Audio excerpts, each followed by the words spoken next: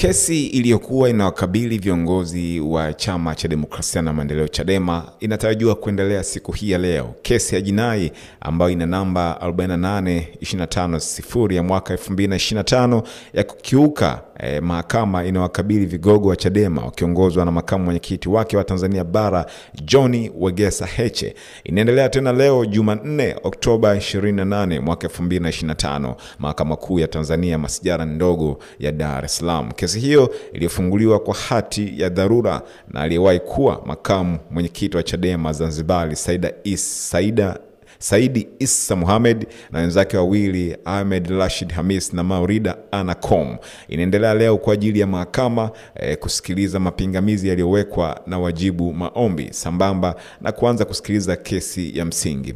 Kesi hiyo inasikilizwa chini ya Jaji Awamu Mbangwa. Watuhumiwa John Heche, John Mnyika, Brenda Rupia, Rose Mayemba, Gervas Rienda, Twaha Moipaya, Hilda Newton, katibu mkuu wa bodi ya wadhamini wa Chadema, wanadaiwa kukiuka amri ya mahakama kuu iliyotolewa Juni 10 mwaka huu.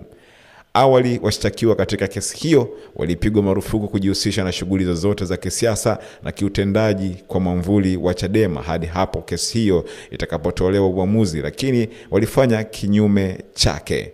Yes, wakati huu kesi inakwenda kuendelea, moja ya viongozi wakubwa kabisa ndani ya chama hiki ambaye ni makamu mwenyekiti wa Chama cha Demokrasia na Maendeleo John Wegesa Heche, yeye mpaka hivi sasa bado yuko ndani akishikiliwa na jeshi la polisi kutokana na madai ambayo bado hajaweka wazi ni kitu gani ambacho kilifanya polisi kumshikilia John Heche na kumweka mpaka hapo baadaye uchaguzi utakapokwisha. Je, ni tishio kwenye swala zima la uchaguzi ama ni kitu gani ambacho kinawasukuma wao kuendelea kumshikilia?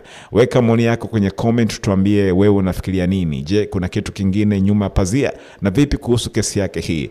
Kaa na sisi tutaendelea kukupa update mbalimbali kuhusiana na kile ambacho kitakuwa kinajiri kutokea hapo mahakamani. Tufollow kwenye mitandao yetu ya kijamii ya Instagram, Facebook na Twitter, bila kusahau TikTok. Tunakwenda kwa jina la Hot Drop TV, lakini pia subscribe YouTube channel ya kwetu ambao ni Hot Drop TV.